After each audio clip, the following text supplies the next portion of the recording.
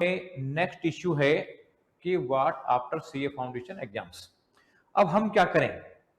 ये बहुत important issue है और ये जो टाइम मैनेजमेंट है ये भी आपके लिए बहुत जरूरी है, क्योंकि ईश्वर ने हमें हर चीज अनलिमिटेड दी है, अनलिमिटेड पोटेंशियल दी है, लेकिन टाइम लिमिटेड रखा है। इसलिए टाइम की फैक्टर आप लोगों के लिए, और इस की फैक्टर का बेस्ट यूटिलाइजेशन कैसे करोगे ये आज हम डिस्कस करते हैं। तो आपको ये पीडीएफ आपको मिलेगी, इसमें CA foundation September 24 appeared what next गोल। अब आपका टारगेट क्या होना चाहिए? तो सिंपल सी बात है कि सीए फाउंडेशन के बाद में अगला टारगेट है कि सीए इंटरमीडिएट सितंबर 25 की एग्जाम फर्स्ट अटेम्प्ट में क्लियर कर लें। रैंक की इच्छा है तो रैंक के साथ, अदरवाइज पास तो कर ही लें। लेकिन अब देखो यहाँ पे आपके जो बेसिक इश्यूज हैं, क्या क्या आपको बेसिक इश्यू फेस करने पड़ेंगे। अब आपको कुछ कंफ्यूजन चल रहे होंगे कि यार क्या करें क्या नहीं करें, और जो मेनली कंफ्यूजन आप लोगों के माइंड में होगा वो मैं आप लोगों से डिस्कस करूंगा। पहला कंफ्यूजन तो होता है कि व्हेन टू स्टार्ट प्रिपरेशन। हम प्रिपरेशन कब से चालू करें सीए इंटरमीडिएट की? एक तो होता है सीए फाउंडेशन की एग्जाम होगी, सीए फाउंडेशन के एग्जाम के बाद स्टार्ट कर दो।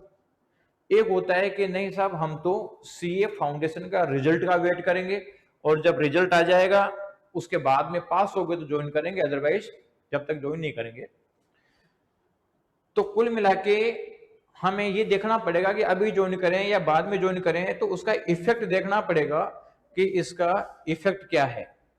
यानी कुल मिला के अभी ज्वाइन करेंगे तो क्या प्लस माइनस है, और रिजल्ट के बाद में ज्वाइन करेंगे तो क्या प्लस माइनस है। सबसे इंपॉर्टेंट जो फैक्टर आपको इफेक्ट करेगा ये रहेगा। तो आगे मैं आपको विद लॉजिक एक्सप्लेन करूंगा कि अर्ली ज्वाइन करने से क्या होता है और लेट ज्वाइन करने से क्या होगा। दूसरा है ज्वाइन कोचिंग और नोट। सिंपल सी बात है, कोई जरूरी नहीं कि मतलब हम कोचिंग करें, हम बिना कोचिंग करें पढ़ सकते हैं, क्योंकि ये तो करस्पॉन्डेंस कोर्स है। करस्पॉन्डेंस कोर्स का मतलब आप खुद भी स्टडी कर सकते हो। तो कुल मिला के हमें ये डिस्कस करना है। और फिर है कि इफ टू ज्वाइन कोचिंग तो विच कोचिंग। अगर हमें कोचिंग ज्वाइन करना है तो कहाँ ज्वाइन करें, क्योंकि प्रेजेंट टाइम में दो टाइप की कोचिंग है। एक तो होता है जो पर्सनलाइज कोचिंग से, जो टीचर बेस्ड कोचिंग है, जो टीचर चलाते हैं, और एक है कॉमर्शलाइज कोचिंग जो बड़े बड़े पोर्टल चलाते हैं। तो इसमें से किस टाइप की कोचिंग में जाना है ये आपको डिस्कस करना है। तो अब जैसे मान लीजिए अपन कहें कि साहब अगर हम सीए फाउंडेशन की प्रिपरेशन अभी स्टार्ट कर देते हैं रिजल्ट का वेट करे बिना, तो हम कितना पार्ट रिवाइज कर पाएंगे, कितना पढ़ पाएंगे। और अगर मान लीजिए अपन स्टार्ट करते हैं प्रिपरेशन रिजल्ट आने के बाद में, तो हमारी सिचुएशन क्या होगी। तो दोनों को कंपैरिजन सीट में देखो, मैं आप लोगों को बता रहा हूं। अभी जैसे मान लीजिए आप ज्वाइन स्टार्टिंग में कर देते हैं, तो आपके पास में जो टाइम अवेलेबल है वो 11 मंथ्स का है, और मान लीजिए कम से कम 1.5 मंथ के बाद रिजल्ट आएगा आपका, कम से कम। और उसके बाद आप चालू करते हैं तो 1.5 मंथ्स कम हो जाएगा, तो आपके पास 9.5 मंथ बचेगा। अभी 9.5 मंथ बच रहा है, आपको लग रहा है यार ज्यादा फर्क नहीं पड़ रहा, लेकिन अभी इसका एनालिसिस करते हैं कि किस किस काम आएगा। तो देखो सबसे पहला है course completion time. Course completion में 6 महीने का टाइम लगता है, चाहे अभी आप ज्वाइन करोगे तो भी 6 मंथ का टाइम लगेगा, और बाद में ज्वाइन करोगे तो भी 6 मंथ का टाइम लगेगा। यानी 6 मंथ का टाइम तो कोर्स में चाहिए ही चाहिए। तो कुल मिला के 6 मंथ हम कम कर देते हैं, तो time available for revision, revision करने के लिए जो टाइम अवेलेबल होगा वो होगा यहाँ 5 मंथ का, और यहाँ होगा 3.5 मंथ का। यानी जो टाइम अवेलेबल है रिविजन करने का वो यहाँ पे 5 मंथ का मिलेगा, और यहाँ पे आपको 3.5 मंथ का टाइम मिलेगा रिविजन करने के लिए। अब इसमें कितनी बार रिविजन कर पाओगे, आगे हम कितनी मॉक टेस्ट सीरीज दे पाएंगे आपको, इसकी बात करें तो जो रिजल्ट से पहले वाले बैचेज हैं उसमें 3 मॉक टेस्ट सीरीज होगी, और रिजल्ट का जो बाद का टाइम है उसमें 2 मॉक टेस्ट सीरीज होगी, 3 और 2, यानी 1 टेस्ट सीरीज बाद में कम होगी। इसके अलावा कोर्स खत्म, टेस्ट सीरीज खत्म होने के बाद भी आपको रिविजन करने के लिए टाइम चाहिए, तो यहाँ पे भी एक बार रिविजन करने का टाइम मिलेगा, और यहाँ पे भी एक बार रिविजन करने का टाइम मिलेगा। तो इस तरीके से कोर्स कंप्लीट होने के बाद में अगर आप अभी चालू करते हैं तो 4 बार रिविजन करने का मौका मिल जाएगा, 3 टाइम्स तो मॉक टेस्ट के साथ और एक बार विदाउट मॉक टेस्ट, यानी 4 और 3 रिविजन का मौका मिलेगा। यानी कोर्स कंप्लीट करने के बाद में यहाँ 4 रिवीजन करने का मौका मिलेगा और यहाँ पे 3 टाइम्स रिवीजन करने का मौका मिलता है। अब आप कहोगे कि सब कोई बात नहीं, 4 के बजाय 3 हो जाए, क्या फर्क पड़ता है? तो इसका इफेक्ट क्या आता है ये भी मैं आप लोगों को बताऊंगा। तो इफेक्ट ऑफ रिवीजन, कुल मिला के अगर आप अभी स्टार्ट करते हैं तो इसका मतलब है कि रिवीजन का 4 बार रिवीजन करने का मौका मिलेगा, बाद में करते हो 3 बार मिलेगा। अब नंबर ऑफ रिवीजन का एग्जाम पे क्या इफेक्ट पड़ता है? देखो एक चीज आपको बता दूं मैं, कोर्स कंप्लीट करना, कोर्स कंप्लीट करने से कुछ नहीं होता, दुनिया कंप्लीट करती है।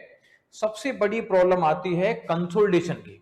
जो आपने कोर्स पढ़ा है, आपको एक दिन का टाइम मिलेगा रिवाइज करने के लिए, आधा दिन और मान लो, तो 1.5 डेज में आप रिवाइज कर सकते हो, नहीं कर सकते हो, सबसे इंपॉर्टेंट चीज है। एग्जाम में अगर मान लीजिए आपने जितना पढ़ा है उतना रिवाइज कर गए तो इसका मतलब है कि रिजल्ट आ जाएगा, उतना रिवीजन नहीं कर पाए तो सब चीज पड़ी हुई वेस्ट है। यानी आपको 1.5 डेज में पूरा रिवाइज कराना चाहिए। मान लीजिए फॉर एग्जांपल आप कहते हो सर मैं 3 दिन में सब्जेक्ट को रिवाइज कर सकता हूं, बिल्कुल काम का नहीं है, क्योंकि 3 दिन में सब्जेक्ट रिवाइज कर सकते हो तो 1.5 डेज में तो आप आधा सब्जेक्ट रिवाइज कर सकते हो। यानी आपने जो पढ़ा है उसमें से आधा ही काम आएगा। अगर आपको साहब 5 डेज में रिवाइज कर सकता हूं तो 5 डेज में पूरा रिवाइज कर सकते, मान लो 100 में 100 ला सकते हो, लेकिन क्योंकि 1.5 डेज में फिर 1/3 कोर्स रिवाइज कर पाओगे तो 1/3 मार्क्स आएंगे। तो कुल मिला के सबसे इंपॉर्टेंट चीज है कि आप कंसोलिडेट कितना कर पाते हो। अगर आप कंसोलिडेट कर पाते हो तो आपके काम का है, अदरवाइज नहीं है। अक्सर मैं ये देखता हूँ कि बच्चे देखते हैं कि साहब ये तो हमने पढ़ते रहे हैं, यानी एक एक बार रिविजन करते हैं। जब बहुत मैटर पढ़ना है, अब एक एक बार रिवीजन किया तो एक एक बार रिवीजन करने से रिजल्ट नहीं आता, रिजल्ट तो नंबर ऑफ रिवीजन से आता है। इसलिए जितनी बार रिवीजन करोगे उतनी बार ही आपका टाइम रिड्यूस होता जाता है। बेसिकली जो साइंटिफिक प्रोसेस वो क्या होती है कि जैसे कोई सब्जेक्ट आप 10 डेज में रिवाइज कर सकते हो, 10 डेज में पूरा सब्जेक्ट रिवाइज हो सकता है, तो एक बार रिवीजन करने के बाद में आप 1-1.5 महीने बाद जब दोबारा रिवीजन करोगे तो वो आधे टाइम हो जाएगा, 5 डेज में हो जाएगा। 5 डेज में रिवाइज करने के बाद में अगर आप मान लो महीने 1.5 महीने बाद रिवीजन करोगे तो वो 3 दिन में हो जाएगा, और 3 दिन में जो रिवीजन किया हुआ चीज है वो अगली बार 2 दिन में हो जाएगी, और 2 दिन में रिवीजन करी हुई चीज अगली बार 1.5 डेज में हो जाएगी। तो स्टेप बाय स्टेप डाउन आता है। यानी कुल मिला के अगली बार रिवीजन करने में ये मान लो कि लगभग 60% टाइम लगता है। तो कुल मिला के अगर मान लो मैंने अगर कोई कोर्स लगा कि यार चलो मैं तो एक बार ही अच्छी तरीके से पढ़ता हूँ, 15 दिन का टाइम लग गया, अब 15 डेज का टाइम लग गया, और आप कहोगे साहब अब मैं रिवीजन करूं तो ये मान लो कि 1.5 डेज में तो 2 चैप्टर भी रिवाइज नहीं कर पाओगे। तो ये सबसे बड़ी प्रॉब्लम है। बच्चे पढ़ते खूब है लेकिन अनसिस्टेमेटिक पढ़ते हैं, और जब अनसिस्टेमेटिक पढ़ेंगे तो अनसिस्टेमेटिक पढ़ने से रिजल्ट नहीं आता है। तो ये इंपॉर्टेंट चीज है। और मैंने जो पास्ट एक्सपीरियंस है जो बच्चों का देखता हूं मैं कि कितने मॉक टेस्ट सीरीज दे रहे हैं, कितना बार पढ़ रहे हैं, कितने बार रिवीजन कर रहे हैं, उसका रिजल्ट का इफेक्ट बताता हूं कि जिन बच्चों ने 4 टाइम रिवीजन कर लिया, अगर कोई स्टूडेंट है ये सिलेबस का 4 बार रिवीजन कर लेता है, 4 टाइम्स रिवीजन कर लेता है, तो ये मान लो कि उसका रिजल्ट 100% आता है। 4 बार रिवीजन कर लिया तो रिजल्ट 100% आएगा। अगर रिवीजन 4 के बजाय केवल 3 बार ही रह गया तो यह आप देखो कि एक रिवीजन कमी की वजह से रिजल्ट में डाउनफॉल आ गया 90%, यानी केवल 10% रिजल्ट रह जाएगा। और जो 2 बार ही रिवाइज कर पाया रिजल्ट 1% है, और एक बार रिवाइज कर पाया तो रिजल्ट कुछ भी नहीं है। इसलिए नंबर ऑफ रिवीजन का इंपॉर्टेंस है।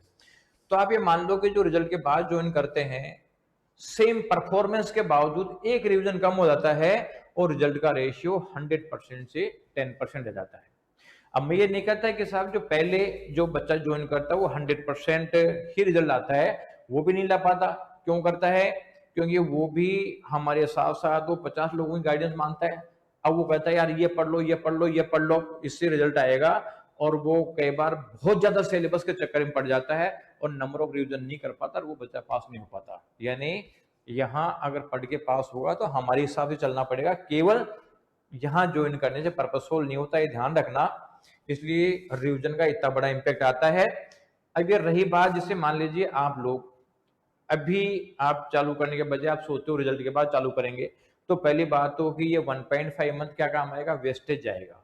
और ये 1.5 मंथ का टाइम वहां पे आपको कम पड़ेगा, और उस समय लगेगा यार मेरे को 2 दिन भी और मिल जाता तो मैं पास हो जाता। वहां एक एक दिन का इंपॉर्टेंस पता चलेगा, जबकि अभी आप 1.5 मंथ का टाइम वेस्ट करोगे अगर आप रिजल्ट का वेट करते हो तो। और देखो इसमें कुछ भी नुकसान नहीं है आप लोगों को। क्यों नहीं है? क्योंकि हमारा जो स्कीम है अभी वाला, जो रिजल्ट से पहले शॉर्ट सक्सेस बैच ज्वाइन करते हैं, इसलिए देखो रिजल्ट से पहले वाले बैचों का नाम हमने शॉर्ट सक्सेस रखा हुआ है, बाद वाले बैच प्राइम बैच होते हैं। तो अभी जो बच्चा शॉर्ट सक्सेस बैच ज्वाइन करता है रिजल्ट से पहले, और अगर रिजल्ट पॉजिटिव आ जाता है तो आगे कंटिन्यू कर लेता है। अभी 25,000 की फीस के साथ वो रजिस्टर्ड करेगा, पॉजिटिव रिजल्ट आया तो रिमेनिंग फीस रिजल्ट के बाद में जमा कराएगा।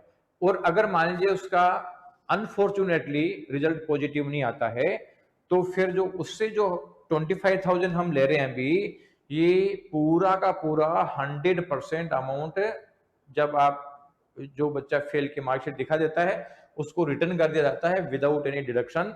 तो कुल मिला के अब वो बच्चा अगर पास हो जाता है तो टाइम से हो गया, और नहीं होता है तो जो अभी टाइम वेस्ट हो रहा था, कुछ पड़ेगा तो काम में आता है, पैसा लगा, क्योंकि जो पैसा लिया था हम रिटर्न कर देंगे, इसलिए उसको नुकसान नाम की चीज तो है ही नहीं। तो इसलिए अभी आप आंख बंद करके और ज्वाइन कर सकते हैं, कहीं भी दिक्कत नहीं है। अब देखो एक दूसरा इश्यू मैंने आपको बताया था कि किस टाइप की कोचिंग ज्वाइन करें, क्योंकि आप बहुत सारे स्टार्टअप्स हैं, बहुत सारे जो डिफरेंट फील्ड के प्लेयर्स हैं, जो भी मतलब देखते हैं यार हर फील्ड में कर लें, कोई साइंस कॉमर्स आर्ट्स कंपटीशन पटवारी रीट टीचर सबकी तैयारी करवाते हैं। यानी जो जनरलाइज कोचिंग्स है और एक स्पेशलाइज कोचिंग है, इन दोनों में आपको डिफरेंस समझना बहुत जरूरी है। क्योंकि आप ये मान के चलो कि कोचिंग का काम तो पैसा कमाना है, ये तो डाउट ही नहीं है। अब पैसा कमाने के साथ साथ अगर आपको रिजल्ट मिल जाए तो वो आपका भाग्य है। तो कुल मिला के, क्योंकि कोचिंग वाले को इनकम मिले कि नहीं मिले वो इम्पोर्टेंट नहीं है, लेकिन आपका कैरियर तो आपका ही है। कोचिंग वाले के लिए तो मान लीजिए उसने 1000 बच्चे ज्वाइन करे, अगर 10 बच्चे भी पास हो गए तो उसको तो क्या फर्क पड़ता है, उसको तो फीस तो पूरी 1000 की 1000 की आ गई। लेकिन अगर जो बच्चा फेल हो गया, इसका मतलब है कि वो तो उसका तो कंप्लीट नुकसान हो गया। और एक चीज और बताऊं मैं आपको, मैंने देखा है कि बच्चों में फर्स्ट अटेम्प्ट में जितना बढ़ने का जोश होता है ना, सेकंड अटेम्प्ट में तो उसका चौथा ही रह जाता है। यानी फर्स्ट अटेम्प्ट में तो जोर शोर से प्रिपरेशन करता है और जोश के साथ तैयारी करता है और उसका बहुत बड़ा बेनिफिट मिलता है। सेकंड टाइम उसका जोश पूरा खत्म हो जाता है और रिजल्ट फिर आना मुश्किल हो जाता है। इसलिए ध्यान रखना, सबसे इंपॉर्टेंट चीज है कि आपको ये विवेकशील होकर वर्क करना पड़ेगा। अगर आपने रेशनल होके काम नहीं किया ना, तो फिर कोई मतलब नहीं है। तो रेशनल होके काम करना क्यों जरूरी है, आपको एक एग्जाम्पल बताता हूं। महाभारत में भगवान कृष्ण, उनके दोस्त थे उद्धव, उनसे बातचीत चल रही थी, तो बता रहे कि मतलब आपने जुआ खेलने दिया। तो उसने कहा कि देखो ऐसा है, मैं उसके साथ होता हूं जो विवेकशील होता है, जो विवेकशील होता है उसके साथ ईश्वर होता है। और क्या जुए के टाइम है विवेकशील दुर्योधन था, युधिष्ठिर नहीं था। क्यों नहीं था? कि दुर्योधन को जुआ खेलना नहीं आता था, युधिष्ठिर को भी नहीं आता था। तो जब ये बाजी सेट हो गई तो दुर्योधन ने कहा कि साहब मेरे बिहाफ में मेरे मामा शकुनी जुआ खेलेंगे। तो उन्होंने तो अपने मामा को दे दिया क्योंकि वो परफेक्ट थे। लेकिन युधिष्ठिर ने किसी को चूज नहीं किया, युधिष्ठिर ने कहा कि मैं खेल लूंगा। अतः भगवान कृष्ण ने बताया कि उद्धव, अगर युधिष्ठिर मेरा नाम ले लेते, क्या मेरी तरफ से कृष्ण खेलेगा, तो क्या 5 से मेरे हिसाब से नहीं आते। लेकिन मेरा नाम प्रपोज नहीं किया और वो उससे भिड़ गए जो उस फील्ड का खिलाड़ी था। तो इसलिए मतलब विवेक उस समय दुर्योधन के पास था, इसलिए जीत दुर्योधन की हुई। तो कहने का मतलब यह है कि आप लोगों को विवेकशील बनना है। आप लोगों को ये देखना है कि यार हम पास कैसे होंगे, हमारा रिजल्ट कहां से आएगा, ये आप लोगों के बहुत बड़ा इश्यू है। क्योंकि एक बार अटक गए तो ये मान लो कि फिर बाद में कॉन्फिडेंस लूज हो जाता है, दिक्कत है। बहुत सोच समझ के आपको करना पड़ेगा। तो अब देखो यहाँ पे क्या डिफरेंस है, जैसे टीचर्स ऑफ सी फील्ड, यानी बहुत सारे टीचर सी फील्ड के टीचर है जो कोचिंग को हेड कर रहे होते हैं, एक तो वो होते हैं, और दूसरे होते हैं commercial coaching of other field के हैं। जैसे मान लो जो जनरल फील्ड के हैं, बेसिकली वो साइंस भी कराते हैं, आर्ट्स भी कराते हैं, पटवारी भी कराते हैं, रीट भी कराते हैं ये, और जो कांस्टेबल की भी कराते हैं, यानी हर तरीके की कंपटीशन के एग्जाम में, तो आप सोच सकते हो कि एक्सपेक्टेशन कहाँ आएगा। यानी कुल मिला के जो सीए फील्ड के लोग हैं हम जैसे, वो तो अंडरस्टैंड द सीए फील्ड, यानी हमें पता है सीए फील्ड का क्या कंसेप्ट है, क्या आईसीए की नीड है, सब चीजों का पता है। ये लोग क्या है, स्टाफ पे डिपेंड रहते हैं कि यार जो कोई चीज पता चल जाए कैसे है कैसे नहीं है, तो उससे काम नहीं चला जब तक कोचिंग का ओनर अगर इन्वॉल्व नहीं होगा, जब तक रिजल्ट नहीं आ सकता। अब यहाँ जैसे हमारे साथ ही लोग हैं 20-25 साल जो वर्क कर रहे हैं, सीए इंस्टीट्यूट का क्या ट्रेंड है ये पता है, किस टाइप के क्वेश्चन देते हैं और क्वेश्चंस में किस टाइप की मार्क्स अलॉट होते हैं, क्या मार्किंग स्कीम होती है, सब हम लोगों को पता है। लेकिन ये जो कॉमर्शलाइज लोग हैं इनको पता नहीं है। लोग इकट्ठे करते हैं तो उनको कोई आइडिया नहीं होता कि कैसे कंसल्टेशन किया जाता है। ये कंसल्टेशन प्रोसेस सबसे इंपॉर्टेंट है, यानी सारा सिलेबस पढ़ने के बाद में उसको एक साथ कैसे कराया जाए, ये चीज के बता रहा हूं मैं। यहाँ हम जैसे लोगों के साथ पर्सनल टच होता है, जैसे मेरे पास बच्चे टच में होते हैं, सारे बच्चे कि जो भी बच्चे को प्रॉब्लम आती है मेरे को कॉल करके पूछ सकता है, डिस्कस कर सकता है। यहाँ पे कोई पर्सनलाइज सुनने वाला है ही नहीं कि साहब कोचिंग का ओनर वो तो हजार तरीके के फील्ड की बिजनेस कर रहा है, खुद को पता नहीं कि इस फील्ड में क्या होता है क्या नहीं होता, तो वो चलना मुश्किल होता है। यहाँ हम लिमिटेड स्टूडेंट लेते हैं क्योंकि फीस थोड़ी ज्यादा है, ज्यादा के चक्कर में स्टूडेंट कम होते हैं, लेकिन लिमिटेड स्टूडेंट में पर्सनल टच किया जा सकता है, यानी उसकी जो नीड है उसके बेसिस पे बताया जा सकता है कि भाई जो बच्चा रैंक के बॉर्डर लाइन पे है उसको रैंक के लिए मेहनत कराओ, जो फर्स्ट रैंक की बॉर्डर लाइन पे उसको फर्स्ट रैंक के लिए मेहनत कराओ, जो पास की बॉर्डर लाइन पे है उसको पास होने के लिए मेहनत कराओ। तो ये जो है पर्सनलाइज टच जो है लिमिटेड बच्चों की वजह से हो पाता है, अदरवाइज पॉसिबल नहीं है। यहाँ अनलिमिटेड स्टूडेंट है, मान लो 5,000 में जो है वो ले लिए 10,000 बच्चे। अब 10,000 बच्चों में क्या वर्किंग जाएगी कि किसको क्या करना चाहिए क्या नहीं करना चाहिए, तो ये सबसे बड़ी प्रॉब्लम है। अब वो बल्क लेके और पैसा तो कमा लेंगे, लेकिन बच्चे पर्सनलाइज टच नहीं दे पाएंगे और बच्चों को इसकी वजह से रिजल्ट नहीं आ पा। तो इस चीज के लिए आप लोगों को बहुत समझ के वर्क करना है। अब आप देखोगे सब सी इंटरमीडिएट का पास परसेंटेज मोटा मोटा 10% आ रहा है। इस बार जरूर 20% के आसपास दे दिया था, लेकिन ये 20% रूल नहीं बना, ध्यान रखना। कभी कभार 5-7 अटेम्प्ट के बाद वो एक बार दे देता है, थोड़ा बड़ा रिजल्ट दे देता है, लेकिन इसका मतलब ये नहीं कि हर रिजल्ट आता है बाद में फिर वापस कम कर देता है। लेकिन हम देखेंगे इतना रिजल्ट डाउन क्यों जाता है, तो उसका पहला रीजन है आईसीआई मैटर नॉट यूज्ड। लोग आईसीआई का मैटर नहीं पढ़ते, क्यों? क्योंकि जो ज्यादातर कोचिंग्स है इन्होंने अपना खुद का मैटर बना रखा है। अब खुद का मैटर बनाने की वजह से प्रॉब्लम क्या आती है कि उन्होंने अपना खुद के क्वेश्चन बैंक बना लिए। अब इतनी कंसेप्ट करा देते हैं कि उससे खुद के क्वेश्चन बैंक के क्वेश्चन तो सोल्व हो जाते हैं। अब बच्चों को लगता है यार सारे क्वेश्चन सोल्व हो गए तो मेरा तो सब्जेक्ट ओके हो गया, लेकिन उस क्वेश्चन बैंक से काम नहीं होगा। मैटर आईसीआई का पढ़ना पड़ेगा। आईसीआई का क्वेश्चंस जो है मॉड्यूल है, चाहे थ्योरेटिकल हो चाहे प्रैक्टिकल हो, आईसीआई का स्टडी मटेरियल ढंग से होना चाहिए। अब आईसीआई मैटर के बजाय क्वेश्चन बैंक यूज करते हैं। अब क्वेश्चन बैंक या नोट्स में देखो क्या प्रॉब्लम आती है, ये भी डिस्कस करता हूं मैं। एक तो है कि एक्सेल क्वेश्चन होते हैं, पता चलता है कि आईसीआई के स्टडी मटेरियल के साथ साथ सारी आरटीपीज, सारी एमटीपीज, सारा सजेस्टेड मर्ज कर लिया। अब मर्ज कर लिया तो इसका मतलब वो बच्चों को दे दिया, वो बच्चा बेचारा कर ही नहीं पा रहा। अब मान लो जैसे 300 क्वेश्चन स्टडी मटेरियल के थे, 200 क्वेश्चन स्टडी मटेरियल के थे और उन्होंने 400 क्वेश्चन बाहर के वो डाल दिए, 600 क्वेश्चन हो गए। एक तो 200 क्वेश्चन पढ़ के मैं अच्छे मार्क्स ला सकता था, आराम से मैं टॉप कर सकता था, तो 600 क्वेश्चन के बेसिस पे क्वालिटी आएगी क्या? सवाल ही नहीं है। तो ये ज्यादा क्वेश्चन बना देते हैं क्योंकि ये नोट्स वगैरह जो अपना बना लेते हैं, उनको लगता है साहब देखो इससे हमारी इमेज बनेगी, लेकिन एक्सेसिव क्वेश्चन पढ़ा देते हैं और एक्सेसिव क्वेश्चन एग्जाम में वो कंसोलिडेट नहीं कर पाता, 1.5 डेज में रिवाइज नहीं कर पाता और इसलिए मतलब बच्चे का रिजल्ट डाउन जाता है। एक होता है अपडेटेड भी नहीं होते, क्योंकि पता चलता है कि आयशा ने दिया, एक कटिंग के बाद उसका आंसर चेंज कर दिया, उन्होंने क्वेश्चन बैंक में शामिल करा, लगता है ये सेम क्वेश्चन है, पता चलता है कि उसका आंसर बदल गया। अब पुराना आंसर बच्चा पढ़ता रहता है, अब पुराना आंसर पढ़ता रहता है, एग्जाम में अगर क्वेश्चन आ गया तो वो तो नए पैटर्न पे आएगा, उसका नया आंसर आएगा, तो फिर वो बच्चा क्वेश्चन नहीं कर पाता। दूसरी प्रॉब्लम ये आती है। तीसरा आता है change in answer due to copyright issue, क्योंकि सेम नकल उतार नहीं सकते, कॉपीराइट का इशू आता है तो इसलिए आंसर को चेंज कर देते हैं। अब आंसर को चेंज कर देते हैं तो आईसीआई तो जब पेपर आता है तो उसका मतलब उसके जो आंसर की सेट है तो वो चीज सेट नहीं हो पाती और बच्चों को दिक्कत आती है।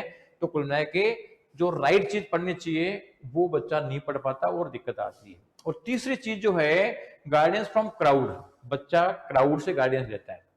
क्राउड से मतलब भीड़ से लेता है। भीड़ से कैसे? आप देखोगे सब 10% रिजल्ट रहता है। अब मैं कहूंगा साहब 10 20 मान लो तो कोई बात नहीं, 20 मान लो। तो अगर मान लो 10 बच्चों में से 8 तो फेल हो रहे हैं, 2 पास हो रहे हैं। वैसे नॉर्मली हमेशा 10 में से 1 पास होता है।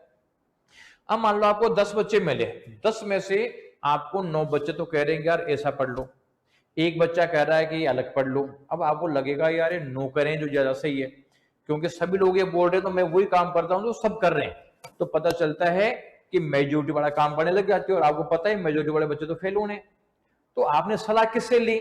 आपने सलाह उससे ली जो बच्चे फेल होने वाले हैं। वो एक बच्चा तो आपको ऐसा लगा रहा है तो नालायक है, बेवकूफ है, इसको तो पता ही नहीं क्या करना है क्या नहीं करना, जबकि पता नहीं कि वास्तव में पास वही होगा। तो इसलिए उसके हिसाब से चलना जरूरी है। यहाँ पे मेजोरिटी के बजाय माइनॉरिटी के हिसाब से चलना जरूरी है जब जाकर रिजल्ट आता है, क्योंकि मेजोरिटी तो भीड़ होती है, भीड़ के हिसाब से चलोगे तो रिजल्ट नहीं आता। रिजल्ट डाउन जाने का सबसे बड़ा प्रॉब्लम ये भी है। तो ये जो रिजल्ट डाउन जाने के रीजन है ये आपको समझने पड़ेंगे, क्योंकि आपका कैरियर आपके लिए इंपॉर्टेंट है। इससे बड़ी चीज आपके लिए कुछ नहीं हो सकती। अब अपन वीएसआई सिस्टम में आता है कि हम वैसे वर्क करते हैं। तो देखो वीएसआई के सिस्टम के 3 पार्ट्स हैं। पहला है timely course completion. Timely course completion यानी कोर्स को एक टाइम पे कंप्लीट कर दो। दूसरा है शेड्यूल्ड मॉक टेस्ट, यानी शेड्यूल होती है मॉक टेस्ट की, इस डेट को पेपर होंगे, शेड्यूल मॉक टेस्ट होता है। और एक होता है पर्सनलाइज गाइडेंस, यानी उस बच्चे की मैंने पहले बताया था कि नीड क्या है, जो पास की बॉर्डर लाइन पे उसको पास करने के लिए, जो रैंक की बॉर्डर लाइन पे उसको रैंक के लिए, जो फर्स्ट रैंक की बॉर्डर लाइन है उसको फर्स्ट रैंक के लिए गाइडेंस प्रोवाइड की जाती है। ये 3 बेसिक इशू है। और आपको बताऊं रिजल्ट में ये कोर्स कंप्लीशन का रोल केवल 10% एंड 90% रोल जो है ये मॉक टेस्ट और पर्सनलाइज गाइडेंस का होता है, 1-to-1 गाइडेंस का होता है। ये बहुत इंपॉर्टेंट चीज आप लोगों को समझनी है। अब देखो जो बैचेस शेड्यूल जो हमने फिक्स कर रखी है सितंबर 25 अटेम्प्ट के लिए, क्योंकि आप लोग जो अभी एग्जाम दे रहे हो, दिया है आपने फाउंडेशन का सितंबर 24 में, उनका सितंबर 25 में इंटरमीडिएट का एग्जाम ड्यू होगी। इसमें 2 तरीके के बैचेज होंगे, एक तो शॉर्ट सक्सेस बैच और एक होगा prime batch. Short success batch जो अभी रिजल्ट से पहले यानी स्टार्ट होंगे, और प्राइम बैच जो रिजल्ट के बाद स्टार्ट होंगे। यानी जो स्टार्ट डेट है ये तो 25 सितंबर से हो रहा है, यानी 4 दिन बाद हो रहा है, और ये 6 नवंबर से होगा यानी रिजल्ट के बाद में, क्योंकि 1.5 मंथ का टाइम तो रीजन में कम से कम लगेगा। कोर्स कंप्लीशन कब तक हो जाएगा? इनका 31 मार्च तक हो जाएगा, और इनका 15 मई तक हुआ, क्योंकि 1.5 मंथ लेट स्टार्ट हो तो 1.5 मंथ लेट तक की कोर्स चलेगा। फिर मॉक टेस्ट जो सीरीज होगा, यहाँ पे 3 मॉक टेस्ट सीरीज होगी जो 1 अप्रैल से 6 अगस्त के बीच में होगी। यहाँ 2 मॉक टेस्ट सीरीज होगी जो 16 मई से 8 अगस्त तक होगी। और इसके बाद में सेल्फ रिवीजन करने का 24 डेज का टाइम मिलेगा, और यहाँ भी 22 डेज का टाइम मिलेगा। तो कुल मिला के हम बात करें तो यहाँ पे बच्चा 4 बार रिवाइज कर पाएगा, और यहाँ पे बच्चा 3 बार रिवाइज कर पाएगा। जो मैंने आपको बिगिनिंग में बताया था कि यहाँ 4 बार करेगा या 3 बार करेगा, तो 4 बार का जो रिजल्ट परसेंटेज है ये आपको मैंने बताया था कि 4 बार जो देगा तो इसका जो रिजल्ट परसेंटेज आएगा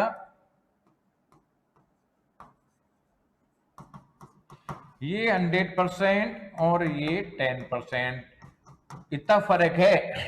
हाँ, इसमें अगर कोई बच्चा सिस्टम के हिसाब से नहीं चलकर अपने हिसाब से चलता रहा तो फिर इसका रिजल्ट भी नहीं आएगा। लेकिन कुल मिला के सिस्टम के हिसाब से तो चलना ही पड़ेगा। ये जो चीजें रिजल्ट का इतना फर्क होता है, इसलिए आप लोगों को मैं ये सलाह दूंगा कि आपको वेट करने के बजाय कोचिंग चालू कर देनी चाहिए, जिससे कि आपका टाइम का इफेक्टिव यूटिलाइजेशन हो जाए, टाइम वेस्ट नहीं हो। अदरवाइज 1.5 मंथ का टाइम वेस्ट हो गया तो बेनिफिट कुछ मिलना नहीं है, अन्य से टाइम चल जाएगा। तो आप रिजल्ट के लिए वर्क करो, और ये डेफिनेटली रिजल्ट के लिए मेहनत करोगे तो रिजल्ट आपका आएगा ही आएगा, कहीं कोई डाउट नहीं रहेगी। अब आप लोगों के मैं क्वेश्चन लूंगा, आप बताओ कि क्या क्या आप लोगों के क्वेश्चन है। आप बोल के बता सकते हो हैंड रेज करके, और मैं नाम लेता हूं और वो आप वर्क करते जाओ। सकीब हसन,